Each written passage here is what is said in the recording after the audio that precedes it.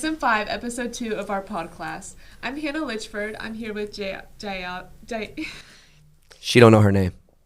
Jayla Rodriguez. And with head wrestling coach, Coach E. Yep. What up, though? So today we're going to be talking about your upcoming season. Okay. So what are you, as a coach, most excited for this season? I am most excited. We've got a lot of returning wrestlers. We only lost one senior last year, so I'm really excited about really the whole team. We've got a solid group of juniors. Got a bunch of new wrestlers that are excited about coming out and learning about our great sport. Probably the most participation we've had in some years now. We've got returning qualifiers and alternates. We're trying to get on the podium this year at the state tournament. What are your expectations for this upcoming season? So I feel like I answered that just now. My expectations, first and foremost, is that we create some solid human beings, some young men, some young women who move forward from their wrestling career, whether they take it to the next level in college and beyond or not, you know what I mean, to develop people to be contributors to society. That's the expectation that we have. As far as the immediate goals, qualify some kids for state, win state titles, get on the podium, and represent our city, our families, and our school very well. Do you have any specific skills or strategies that you're going to implement this season? Do I have skills as a coach, or well, what do you mean? That you're teaching, you're teaching the.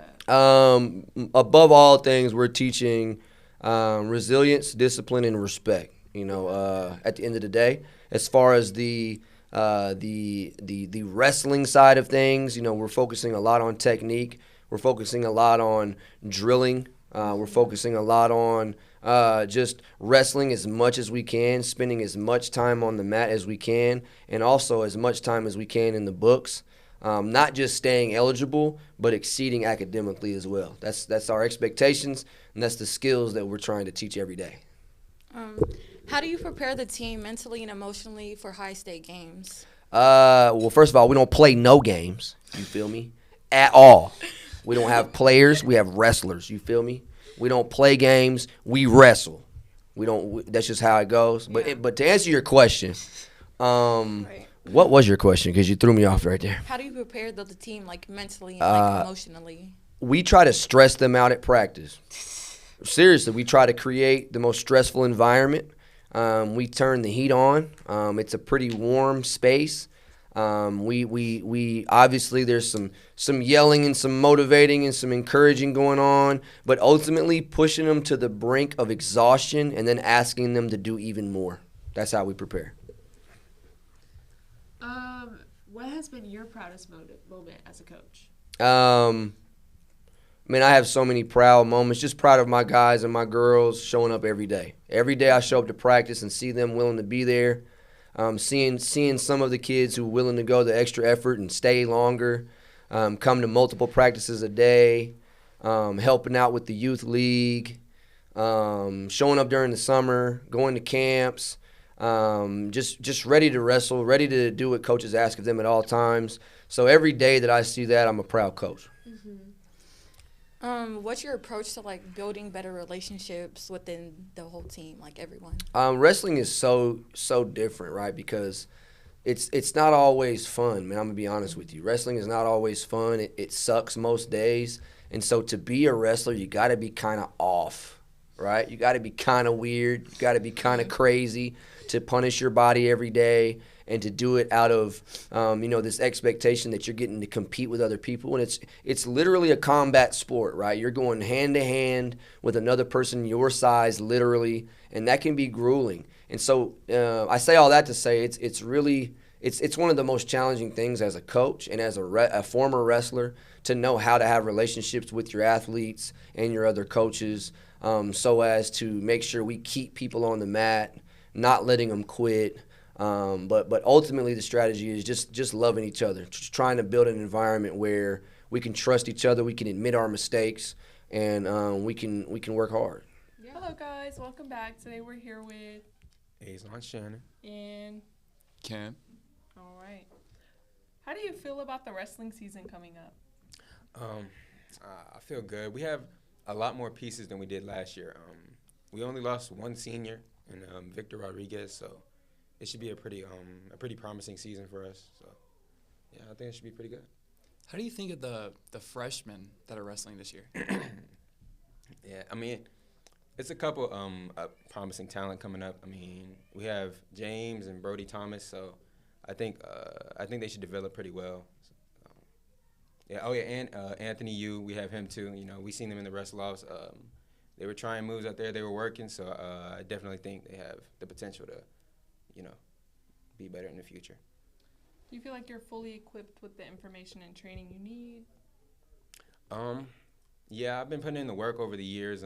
Sophomore year was a big year as far as progression, you know, and learning the moves and just beating them into my head. You know, every practice we drill, we drill the basics all the time. So I think it's coming together pretty well. You know, it's gonna be a good junior year for me.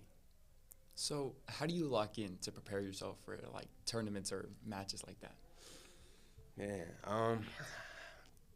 I guess it's just, you know, on the way to the tournament, to the duel, you know, right before your match, you know, when you have your AirPod in, you know, listening to music, it's just you out there, you know.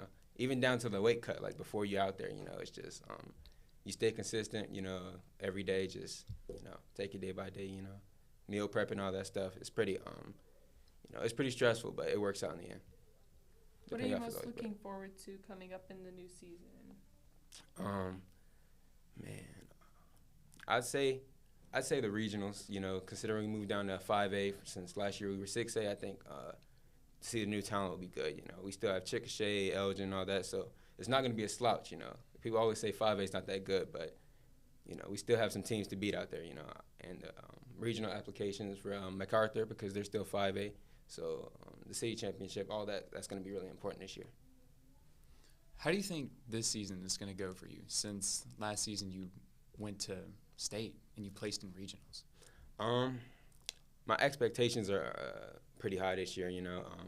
Last year I won't say I didn't expect to place at regionals, but it was definitely a shocker, you know. I went out there and wrestled my hardest, you know. That was the best I ever wrestled the whole season and actually accomplished something. So this year I can go out there with the confidence that I can actually, like, do it again. So I think I should definitely, the payoff should definitely be good for me.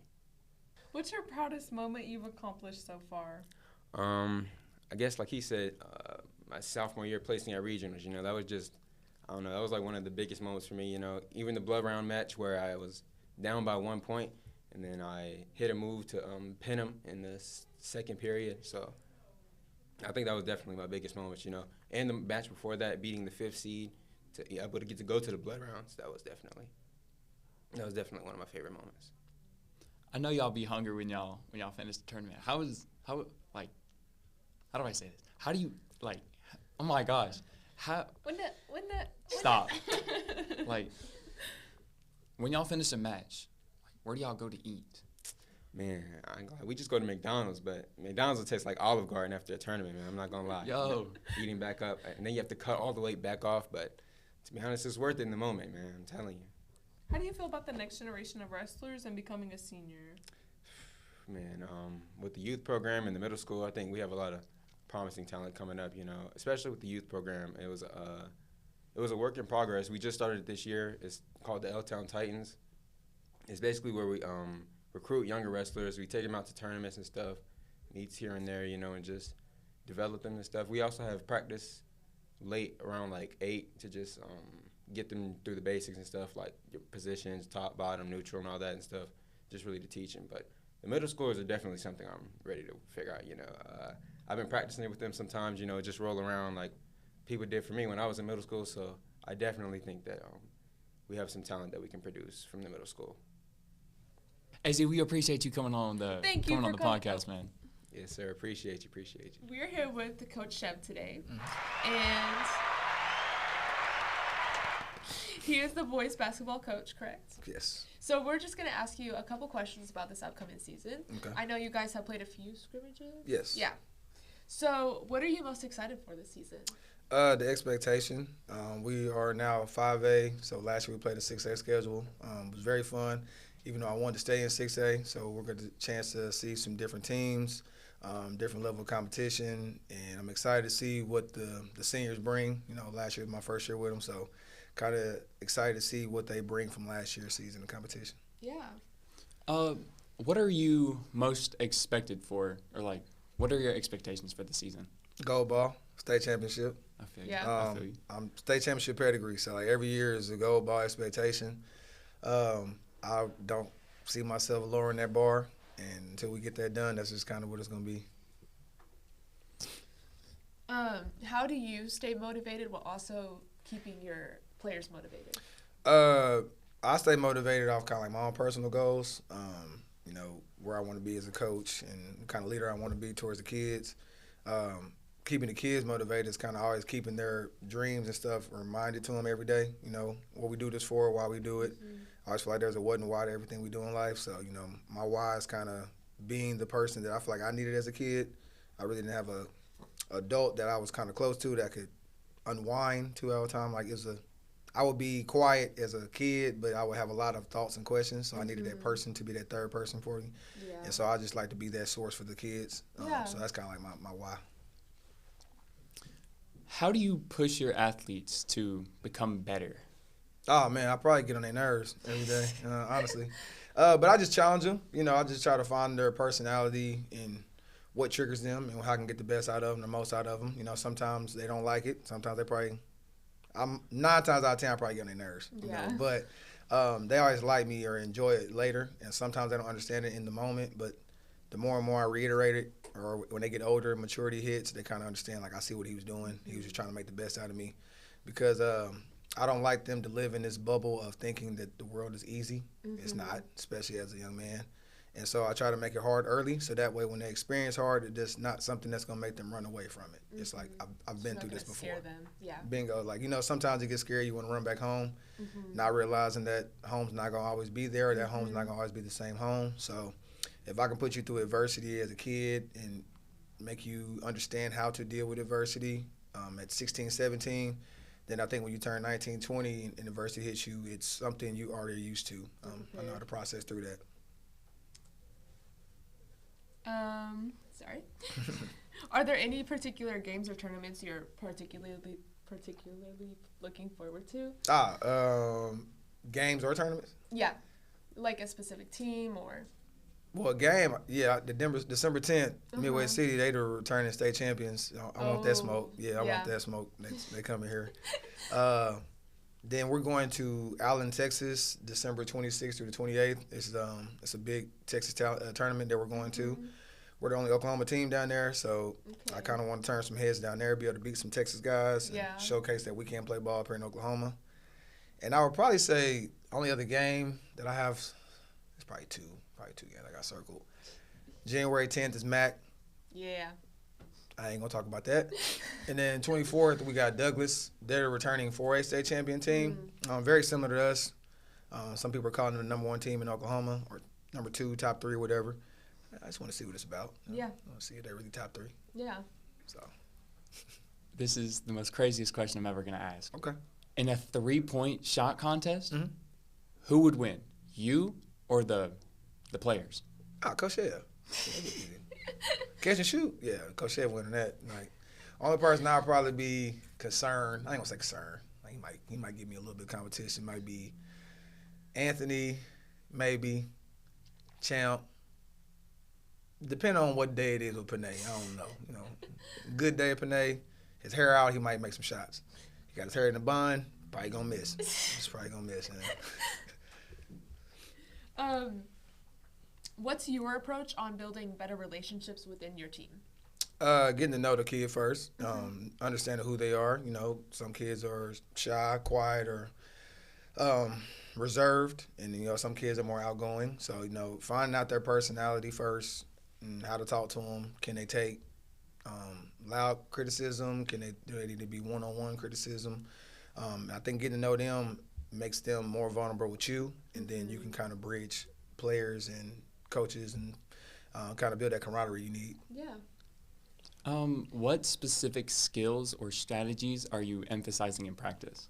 I got a lot of those, man. I'm a defensive guy, so I'm more worried about how to stop you versus putting the ball in the hole, which got to score to kind of win the game. Yeah. But I like defensive strategies. I like making teams uncomfortable, stopping them from what they're used to doing and see can they adjust, playing little mind games. Basketball's like chess in a way. It's like moving pieces around. So I like to throw out little schemes and things to make coaches kind of scratch their head or drink their coffee a little bit in the game. I like to do that. Yeah. It's kind of fun to me. How do you stay motivated? How do I stay? Kids, like I said, seeing them live their dreams. Like, I mean, I'm pretty sure most people know teaching is not the most financially thing in the world. So seeing them get their dreams, their goals, be successful, that's kind of like my win, you know. Then also I have 2 children of my own. I have a 12-year-old daughter and I have a 6-year-old son. So I think me consistently doing things and chasing my dreams, I think it shows them that, you know, my dad works hard. So, like, it's kind of something I want to follow, you know. Being a coach is kind of hard because you're away from your kids a lot. Yeah. You miss a lot of things. You try not to miss a lot of things, but you miss things. And so the one message I want my children to see is that, okay, my dad works hard, so that's something that's non-negotiable I need from you. Like, no matter what it is, go chase your dreams. You might have a sacrifice in that, which is time, but I would like to see my children chase whatever they got to chase. If that means away from their dad, that's cool, but I want you to reach your dreams. So that's something I kind of use every day. Well, thank you for coming and talking to us. We look forward to see your players play this season. I want you guys to be in the stands, do the screen team loud this year. All home games. I need everybody there. It's going to be a really, really exciting season. So I'm excited to get everything going. Yeah. Today I'm here with Coach Reggie Smith. Hello. Round of applause. And he is our girls basketball coach.